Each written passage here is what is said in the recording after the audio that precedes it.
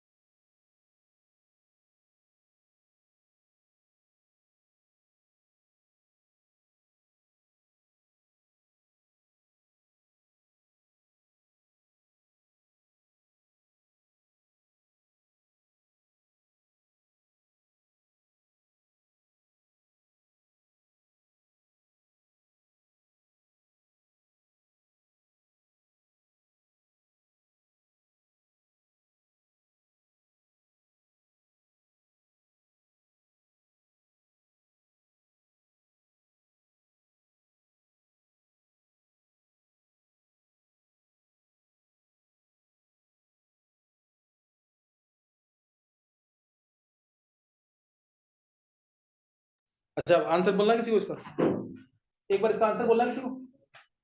बहुत important question है, बहुत बार ये नीट में आईआईटी में हर जगह आए वो क्वेश्चन वाले। मैं इसका सिर्फ हिंट दे रहा हूँ, जान मेरे को टॉपिक बाद में कराना था और बहुत बड़ा टॉपिक है सॉल्युबिलिटी। मैं अभी बस इसका आंसर दे रहा हूँ। देखो इसका आंसर, जैसे अगर कोई भी सॉल्ट जैसे NaCl ले लो, नमक पानी में सॉल्युबल क्यों है? Na प्लस है Cl माइनस है, Na प्लस है और क्या है Cl minus. Na plus Cl minus इन दोनों को अलग करना है ना। सॉल्युबल का मतलब क्या है कि ये आयंस अलग अलग हो गए पानी के अंदर, ये मतलब ना। इन दोनों को अलग करना है तो एक क्या देनी पड़ेगी, लैटिस एनर्जी। क्या देनी पड़ेगी, लैटिस एनर्जी। एक लैटिस एनर्जी है और दूसरी क्या है, हाइड्रेशन एनर्जी। लैटिस एनर्जी अगर ज्यादा है यानी इसको अलग करने के लिए एनर्जी ज्यादा देनी पड़ रही है, तो सॉल्युबिलिटी ज्यादा होगी कम होगी, कम होगी। और अगर हाइड्रेशन एनर्जी ज्यादा है, पानी में घुल ज्यादा रहे ये आयंस दोनों, तो इसका मतलब क्या है, ये पता है ना, हाइड्रेशन एनर्जी बता रखा है मैंने। पानी की मॉलिक्यूल सराउंड करेंगे इसको Na प्लस को, और H जो है वो इसको सराउंड करेगा Cl माइनस को, तो इस तरह से सॉल्युबल होगा। क्या ये बात समझ आई कि नहीं है? तो लैटिस एनर्जी ज्यादा, सॉल्युबिलिटी कम, और हाइड्रेशन एनर्जी ज्यादा तो ज्यादा। ये बात समझ आ गई कि नहीं? तो अब ध्यान देना, लैटिस एनर्जी और हाइड्रेशन एनर्जी दो चीजें हैं ये। लैटिस एनर्जी ज्यादा तो सॉल्युबिलिटी कम। लैटिस एनर्जी मतलब इन दोनों को अलग करना है, अलग करना है तो एनर्जी ज्यादा देनी पड़ रही है, अगर अगर ज्यादा देनी पड़ रही है तो सॉल्युबिलिटी कम। और हाइड्रेट अगर ये पानी में ज्यादा हो तो सॉल्युबिलिटी ज्यादा। नमक पानी में क्यों घुलता होगा, क्योंकि हाइड्रेशन एनर्जी आयंस की ज्यादा होती होगी than lattice energy. Lattice energy कुछ कम होती होगी। सही बात समझ नहीं है, इसलिए पानी में घुल रहा है। तो अब देखो, अगर मैं लैटिस एनर्जी की बात कर रहा हूं, अगर मैं लैटिस एनर्जी की मैं फॉर्मूला लिख रहा हूं, लैटिस एनर्जी वाला फॉर्मूला ये होगा या ये होगा। एक इसमें से फॉर्मूला लैटिस एनर्जी का है, एक हाइड्रेशन एनर्जी का। पहला वाला कौन सा है और दूसरा वाला कौन सा है? पहला पहला हाइड्रेशन का, दूसरा लैटिस का, ये बोल रहा है। और किसी को चेंज करना आंसर। लैटिस एनर्जी यानी दोनों आयंस इकट्ठे हैं कि अलग है? लैटिस एनर्जी तो दो आयंस के बीच में ही होगी ना, तो लैटिस एनर्जी का फॉर्मूला कौन सा होगा, नीचे वाला। बात समझ आ गई कि नहीं है? कंफ्यूज नहीं होना इसमें। और हाइड्रेशन एनर्जी का अलग अलग आयंस की है ना, हाइड्रेशन एनर्जी क्या होगी, अलग अलग। क्या ये फॉर्मूला क्लियर हो गया कि नहीं? और तुम सोच के देखो ना, अगर साइज छोटा तो हाइड्रेशन एनर्जी ज्यादा होती थी कम होती थी, ज्यादा होती थी। तो यूनिवर्सिटी में है कि नहीं है, दोनों दोनों कैसे हैं यूनिवर्सिटी में। लैटिस एनर्जी में, लैटिस एनर्जी में आयंस का साइज क्या चाहोगे तुम, बड़े हो छोटे हो? बड़े होंगे तो लैटिस एनर्जी कम होगी, यही चीज है। कई बार समझ नहीं है, इन्वर्सिटी प्रोपोर्शनल तो होंगे दोनों, लेकिन हाइड्रेशन एनर्जी अलग अलग आयंस की देखते हैं, इससे दोनों को अलग अलग लिखना पड़ता है। और लैटिस एनर्जी दो सेम है। क्या ये बात समझ आ गई कि नहीं? अब जब तुम ग्रुप में नीचे जा रहे हो, जैसे ये BeCO3, MgCO3, CaCO3, strontium SrCO3, BaCO3, तो सॉल्युबिलिटी क्या होगी? मान लो तुम्हें नहीं पता कुछ भी, क्या बोलोगे सॉल्युबिलिटी को? एक मिनट, मन नहीं फूट गया, तो एक बार सोचना है थोड़ा सा। लैटिस एनर्जी नीचे आ रहे हो तो सॉल्युबिलिटी क्या होगी? कोई भी रीजन, कोई भी तरीका सोचो, पर नया तरीका निकालो कोई, तुमने नहीं पढ़ा हो पहले, कोई नया तरीका सोचो किस बेसिस पे तुम सॉल्युबिलिटी निकाल पाओगे। और तुम पढ़ चुके हो सारा, ये कहाँ पे पढ़ा, प्रेसिपिटेट्स वगैरह में पढ़ा कि नहीं है? हाँ, कार्बोनेट के कौन सा प्रेसिपिटेट था? जिसका प्रेसिपिटेट बनेगा, जिसका प्रेसिपिटेट बनेगा उसकी सॉल्युबिलिटी कम होगी ज्यादा होगी? कम होगी। तो किसका प्रेसिपिटेट बनता है, BaCO3 बनता नहीं है व्हाइट कलर का, तो उसकी सॉल्युबिलिटी सबसे कम है, सबसे ज्यादा तो किसकी होगी, ऊपर वाले की। क्या कुछ ऐसे सोच पाओगे थोड़ा सा? और मैंने इन जनरल एक रूल बताया हुआ है, कुछ भी नहीं पता 99% आंसर हमेशा सही आएंगे। कब? जब कैटायन एनायन में साइज डिफरेंस ज्यादा होगा तो सॉल्युबिलिटी ज्यादा। बता था ना, कुछ नहीं पता इस रूल को अप्लाई कर देना, 99% है तुम्हारा आंसर सही निकलेगा। कैटायन एनायन के साइज डिफरेंस ज्यादा तो लैटिस एनर्जी ज्यादा। तो कैटायन, अब देखो क्या ये बात समझ आ गई? आंसर बता दिया मैंने। अब इसका प्रॉपर रीजन क्या है, प्रॉपर रीजन क्या है इसका? नीचे जाएंगे तो लैटिस एनर्जी क्या होगी, एक बार ये बोलेगा, दिया बोलेगी सिर्फ, दिया ही 10th में है, बाकी सब बच्चे तो सोच सकते हैं आसानी से, डी आंसर देगी। तो यार नीचे आएंगे तो लैटिस एनर्जी क्या होगी, कम होगी। क्यों? बहुत अच्छे, साइज बढ़ रहा है। हाँ, साइज बढ़ रहा है तो लैटिस एनर्जी कम होगी, विदाउट एनी डाउट। समझ आ गया कि नहीं?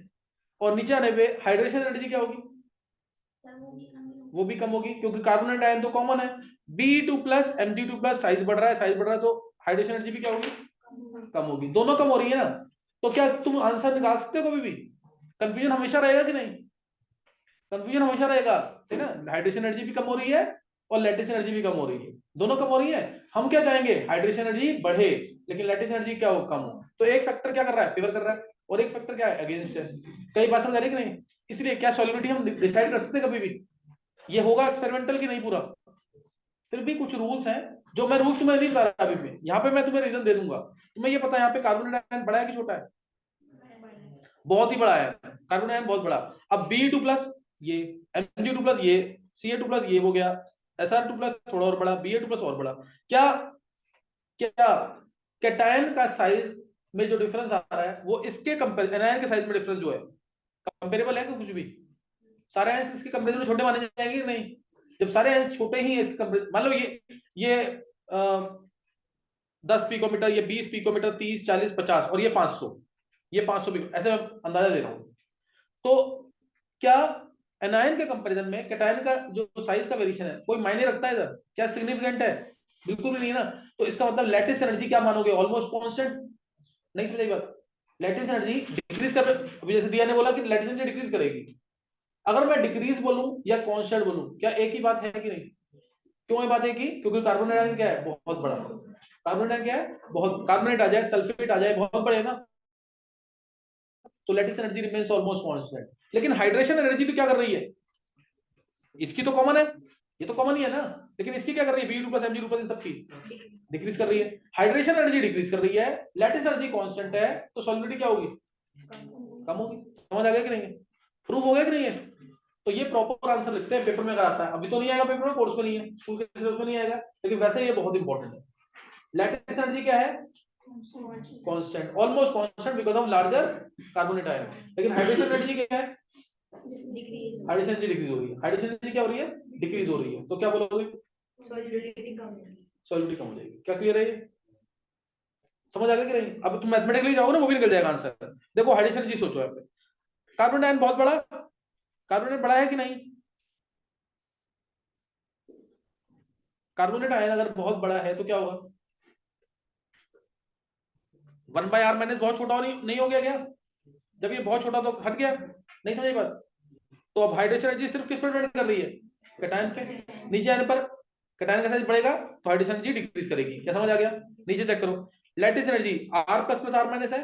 अब तुम्हें ये पता है r माइनस बहुत बड़ा है, r माइनस क्या है, बहुत बड़ा, तो r प्लस क्या हो गया, नेग्लिजिबल। अब lattice energy inversely equal to r minus है, r माइनस क्या अलग अलग है कि एक ही है? तो एक ही कांस्टेंट आ गया नहीं answer. Lattice energy constant, hydration energy decrease, तो इससे क्या हो गया, सॉल्युबिलिटी डिक्रीज करेगी। समझ आ गया कि नहीं? सेम केस सल्फेट के साथ ले लोगे, अगर मैं सल्फेट लगा दूं यहाँ पे, आ जाएगा सर कि नहीं? तुम्हें याद भी होगा BSO4 का कौन सा कलर का प्रेसिपिटेट होता है, व्हाइट कलर का। समझ आ गया कि नहीं?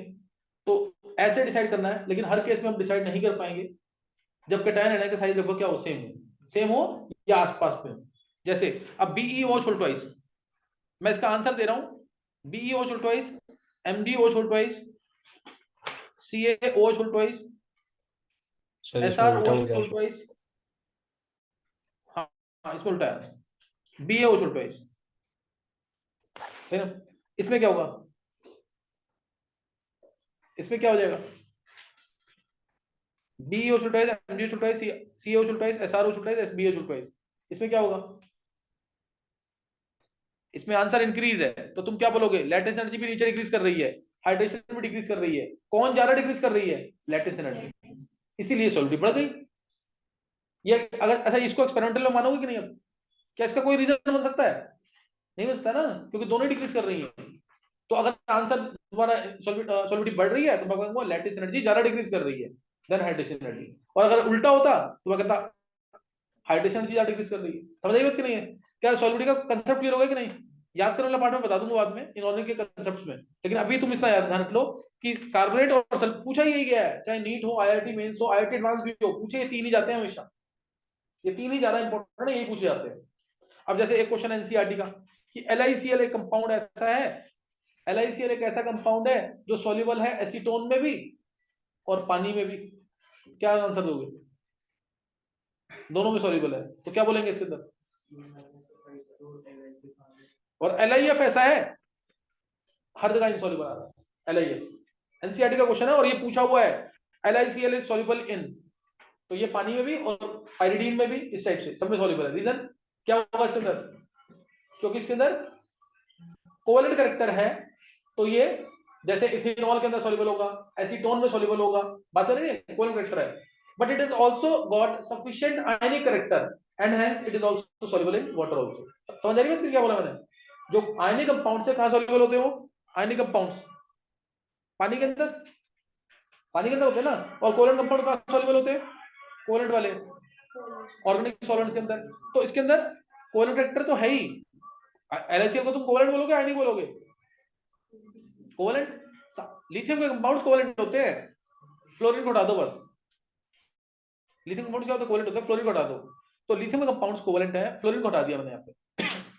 तो अब इसमें क्योंकि ये कोवेलेंट कंपाउंड है, जैसे इसमें 60% कोवेलेंट कैरेक्टर, 40% आयनिक कैरेक्टर, तो इसलिए क्या हो गए, पानी में भी सॉल्युबल, एसीटोन में भी सॉल्युबल, या इथेनॉल में भी सॉल्युबल। पानी तो पोलर हो गया, पोलर में क्यों soluble, because it has got sufficient ionic character, sufficient ionic character है, तो इसके पानी में डालेंगे हाइड्रेट भी होंगे और लैटिस एनर्जी भी थोड़ी कम लग जाएगी, लैटिस एनर्जी ज्यादा होगी क्योंकि क्या कहते हैं दोनों आयंस में अट्रैक्शन होगी, लेकिन फिर भी इतनी नहीं होगी कि ये पानी में सॉल्युबल बिल्कुल ना हो सके। लेकिन LiF इसकी लैटिस एनर्जी क्या होगी,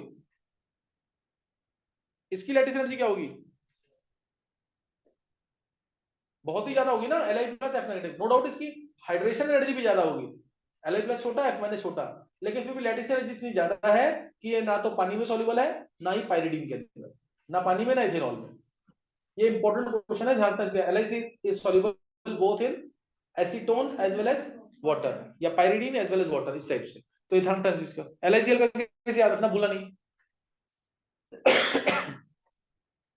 अच्छा नेक्स्ट है सॉल्युबिलिटी वाले मैंने केस बता दिए, 3 केस रट देना बिल्कुल ढंग से, बेरिलियम कार्बोनेट, बेरिलियम सल्फेट और बेरिलियम हाइड्रोक्साइड वाला।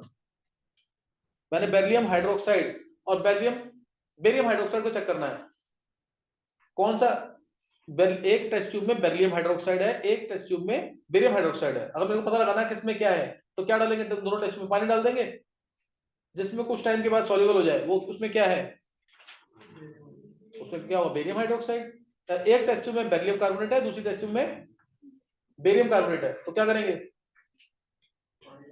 दोनों में पानी डाल देंगे, जिसमें सॉल्युबल नहीं होगा वो बेरियम कार्बोनेट है।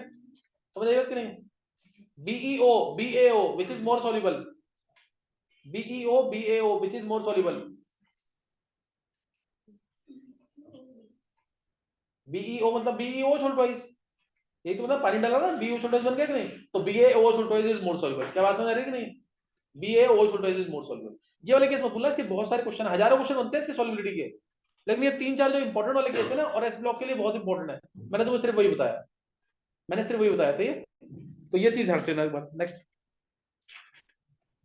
अच्छा उस दिन मैंने तुम्हें फिजिकल प्रॉपर्टीज करा दी थी, फिजिकल प्रॉपर्टीज में जो मिस हुआ था वो था डेंसिटी, नहीं बताया था ना ये मिस हो गया था, डेंसिटी और एक मेल्टिंग पॉइंट है ना, मेल्टिंग पॉइंट मिस हो गया था, ये दोनों इंपॉर्टेंट है। डेंसिटी अगर मैं बात करता हूँ, लिथियम, सोडियम, पोटेशियम, रुबीडियम, सीरियम, याद करते रहना साथ साथ, ध्यान रखना, अभी तो कंसेप्ट था, भूलने वाला नहीं है, वो कर सकते हो तुम आसानी से। लिथियम, सोडियम, पोटेशियम, रुबीडियम, सीरियम, फ्रेंशियम। अब पता मनन जैसे तू कर रहा है ना, एक क्लास मिस मत करियो, सारा काम करियो ढंग से, चाहता ना अगर एडवांस निकल जाए तो फिर जरूर करियो काम, शुरू से लेकर लास्ट तक सारा करियो, कुछ मिस मत करियो। लिथियम, सोडियम, पोटेशियम, रुबीडियम, सीरियम, फ्रेंशियम, ये 6 हैं।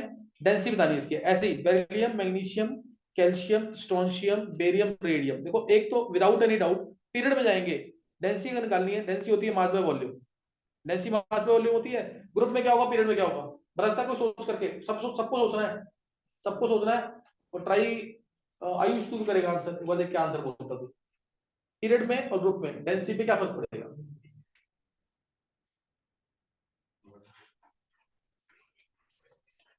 चेतना सुना के जीव चैप्टर कर लिया ना पूरा, और वो नेम एक्शन डिस्टिंक्शन वो सब किया।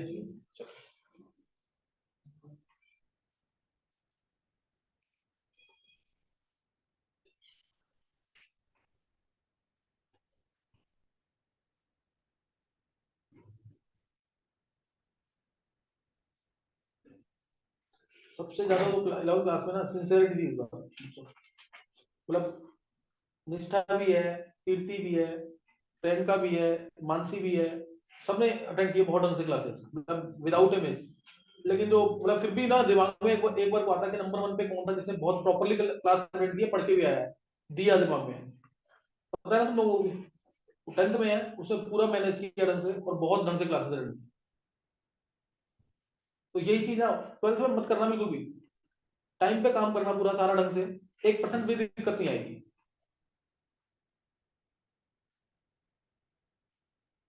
क्लास मत मिस करो, ऑनलाइन क्लास हो ऑफलाइन क्लास हो कोई क्लास हो, दिया ने मिस नहीं किया कोई भी, मुझे तो ध्यान आ रहा है।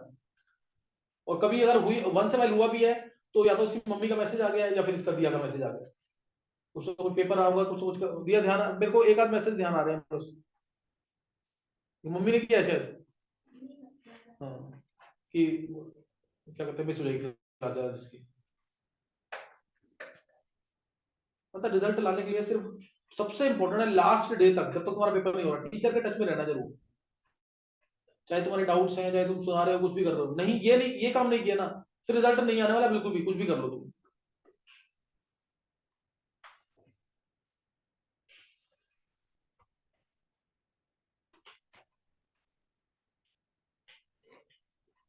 हाँ देखो, हाँ यही बोला, डाउन द ग्रुप डेंसिटी कम होगी और पीरियड में लेफ्ट टू राइट बढ़ेगी। अच्छा तो देख, रीजन दे पहले दोनों का।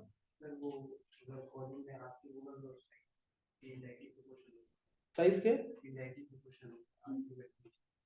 और मास, मास ग्रुप में भी बढ़ रहा है पीरियड में बढ़ रहा है, ग्रुप में भी बढ़ रहा है ना मास तो, आर क्यूब कहाँ है, अच्छा 4/3 पे आर क्यूब कह रहा है, अच्छा उसके अकॉर्डिंग सोच रहा है तू, बहुत ही ज्यादा एक्स्ट्रा सोचा है, बहुत अच्छा सोचा है, गलत नहीं सोचा, लेकिन सही है। देखो सर, चाहे ग्रुप हो या पीरियड हो, दोनों की एक्सपेक्टेंसी क्या होती है, बढ़ती है, दोनों कैसे बढ़ती है, एक्सेप्शंस है। पीरियड में तो हमेशा ही बढ़ेगी, पीरियड में क्या होगी, हमेशा बढ़ेगी। वो आगे आएंगे एक्सेप्शन की, कॉपर और जिंक आ गया, zinc is less denser than copper, zinc is less denser, ये डी ब्लॉक के अंदर है, 12th क्लास में पढ़ोगे। तो क्यों, बिकॉज इसका साइज बढ़ जाता है जिंक का, इलेक्ट्रॉन इलेक्ट्रॉन प्रेशर की वजह से, और भी रीजन है इसके, वो मैंने तुम्हें कराया होगा शायद, पीरियोडिक टेबल में रखा हो शायद, है ना। Zinc is less than copper, और भी केसेस हैं ग्रुप में। अब ग्रुप में है, ग्रुप में क्या है, जनरली क्या होता है कि mass is more increasing than volume, mass is more increasing than volume, therefore density also increases on the group. Exceptions है इसमें, जैसे सोडियम पोटेशियम, सोडियम पोटेशियम में डेंसिटी कितनी आ रहा है, potassium is less denser, potassium is lighter than sodium, potassium is lighter than sodium, ऐसे ही इसमें इस वाले ग्रुप में भी डेंसिटी बढ़ती है, इस वाले ग्रुप में भी डेंसिटी, दोनों में बढ़ती है, पहले केस में प्रॉपर बढ़ती है, but potassium is lighter than sodium. तो ये एक इंपॉर्टेंट पॉइंट है, ऑब्जेक्टिव में आ सकता है, सही ना, ऑब्जेक्टिव में आता है, potassium is less lighter than sodium, क्या रीजन आएगा इसका, पोटेशियम के अंदर एबनॉर्मल इंक्रीज इन साइज आ गया होगा, साइज ज्यादा बढ़ गया होगा ना, वॉल्यूम, यही तो होगा। और अगर तुम निकाल के देखना चाहो तो सोडियम, सोडियम है 1s2 2s2 2p6 3s1, ये आएगा कि नहीं, क्या इसमें बीच में कोई खाली वेकेंट डी ऑर्बिटल्स आ रहे हैं, नहीं आ रहे ना इसमें। और इसके अंदर देखो पोटेशियम के अंदर 1s2 2s2 2p6 3s2 3p6 4s1, अब 3s2 3p6 के बीच में क्या आ रहा है, यहाँ पे वेकेंट आएंगे कि नहीं, इसमें 3d वेकेंट आएगा कि नहीं, तो कुछ तो वॉल्यूम बढ़ेगा। ये रीजन मैंने कब बनाया, जब मैंने आंसर देख लिया एक्सपेरिमेंटली, जब मैंने ऑब्जर्व कर लिया, केमिस्ट्री में यही चीज है, ऑब्जर्व किया और उसके बेसिस पे रीजन बनाए गए, समझे नहीं, इसलिए पोटेशियम लाइटर देन सोडियम। क्या समझ आ गया ये ये केस ध्यान लेना। अब beryllium magnesium calcium strontium barium radium, इसमें क्या होता है एनसी का, इसमें क्या होगा, बेरिलियम से कैल्शियम तक डेंसिटी डिक्रीज है, बेरिलियम से कैल्शियम तक डेंसिटी डिक्रीज है, और उसके बाद है इंक्रीज, उसके बाद है इंक्रीज। रीजन तो तुम क्वेश्चन अगर आता तो लिख लोगे तुम आसानी से, डेंसिटी डिक्रीज हो रही है क्यों, वॉल्यूम ज्यादा बढ़ गया होगा देन मास।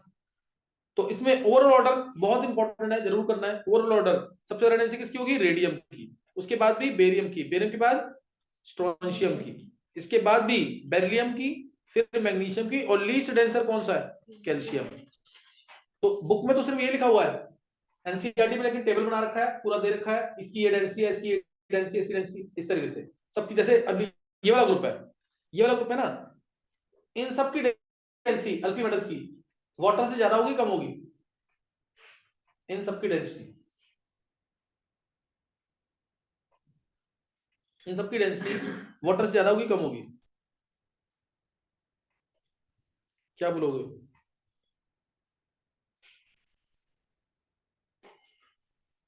सर तुम्हें कम ऐसा भी होगी। मिलेगा?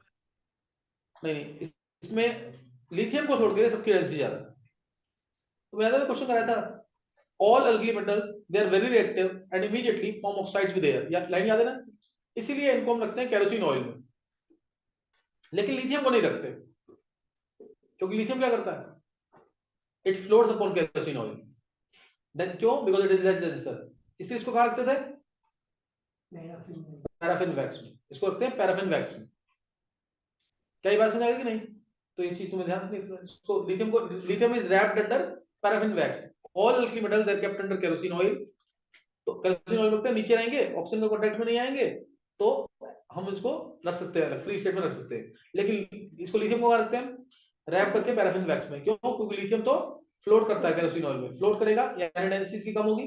अकेला लिथियम है व्हिच इज मतलब lighter, therefore it is wrapped under paraffin wax. क्या याद रहेगा ये? तो इसको ध्यान नेक्स्ट नोट करेंगे। नेक्स्ट जो टॉपिक है इसके अंदर अब है मेल्टिंग पॉइंट। नेक्स्ट टॉपिक भी लिख देंगे जल्दी से, मेल्टिंग पॉइंट।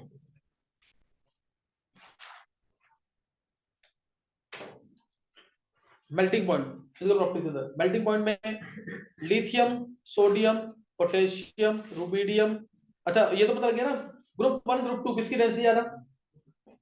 ग्रुप 1 ग्रुप 2 किसकी डेंसिटी ज्यादा? ग्रुप 2 की। पीरियड पता लगा, पीरियड में डेंसिटी बढ़ेगी, मास बढ़ रहा है पीरियड में, और साइज क्या हो रहा है? कम हो रहा है। मास बढ़ रहा है, आदित्य तू खड़ा हो जाएगा थोड़ी देर के लिए। पीरियड में मास क्या हो रहा है? बढ़ रहा है, और साइज क्या हो रहा है? कम हो रहा है। डेंसिटी क्या होती है? मास में वॉल्यूम। मास बढ़ा, साइज कम हुआ, तो डेंसिटी क्या हो जाएगी? बढ़ जाएगी। Lithium, sodium, potassium, rubidium, caesium, francium, क्या होगा इसमें? Melting point. सर मेटेलिक इनका बॉन्ड की स्ट्रेंथ क्या होगा? ओवरऑल डेंसिटी का ऑर्डर बता दो ग्रुप 1 का। ग्रुप 1 को है ना, सबसे ज्यादा डेंसिटी वही नीचे क्या, सीजियम मान ले, सीजियम, रुबिडियम। बस एन के में उल्टा करना है। हाँ उसको उल्टा कर दो। ठीक है सर। अच्छा अब ये lithium, sodium, potassium, rubidium, caesium, francium, इसमें क्या आएगा? इसमें क्या आएगा?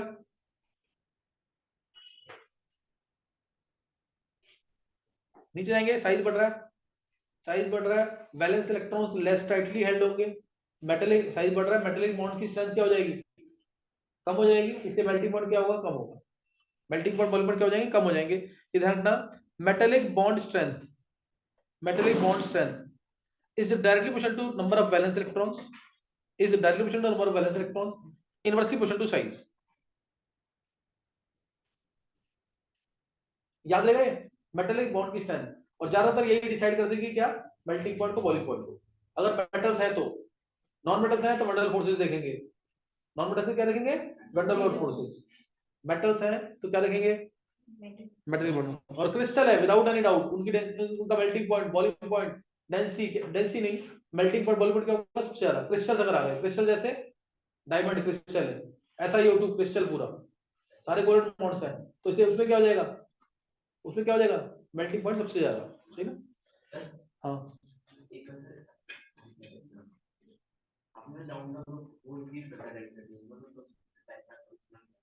नीचे में मास भी बढ़ रहा है, वॉल्यूम भी बढ़ रहा है, mass is more increasing than volume, इसलिए। तो आर क्यू क्या रह गया? आर क्यू क्या रह गया? सुन सुन सुन, अभी मैंने तो अभी एक लाइन बोली ना, ये चीज एक्सपेरिमेंटल है, ये चीज एक्सपेरिमेंट कुछ कर नहीं सकता तुझे, ये आंसर देख लिया तूने, उसको देख रीजन बनाना है ना। केमिस्ट्री में यही पहले ऑब्जर्व किया गया, फिर रीजन बनाए गए। ये समझ आ गया कि नहीं है? नीचे में मेटल बॉन्ड स्ट्रेंथ क्या होगी? कम होगी, कम होगी, इसीलिए मेल्टिंग पॉइंट क्या हो जाएगा? कम हो जाएगा। और इस केस में, इस वाले केस में मैग्नीशियम बहुत ही इंपॉर्टेंट है, फिर मैग्नीशियम है,